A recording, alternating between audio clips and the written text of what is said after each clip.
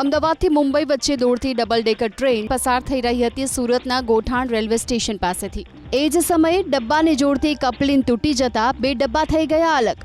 બે ડબ્બા અલગ થઈ જતા મુસાફરો ગભરાઈ ગયા।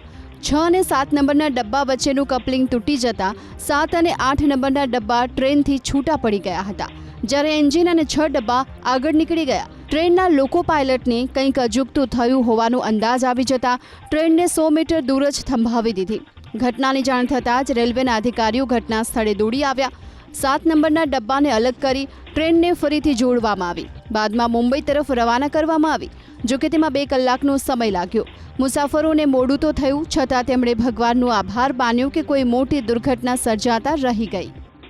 અચાનક કંઈક થોડુંક વાઇબ્રેટ જેવું લાગ્યું અને ઝટકો લાગ્યો, પછી ખબર પડી।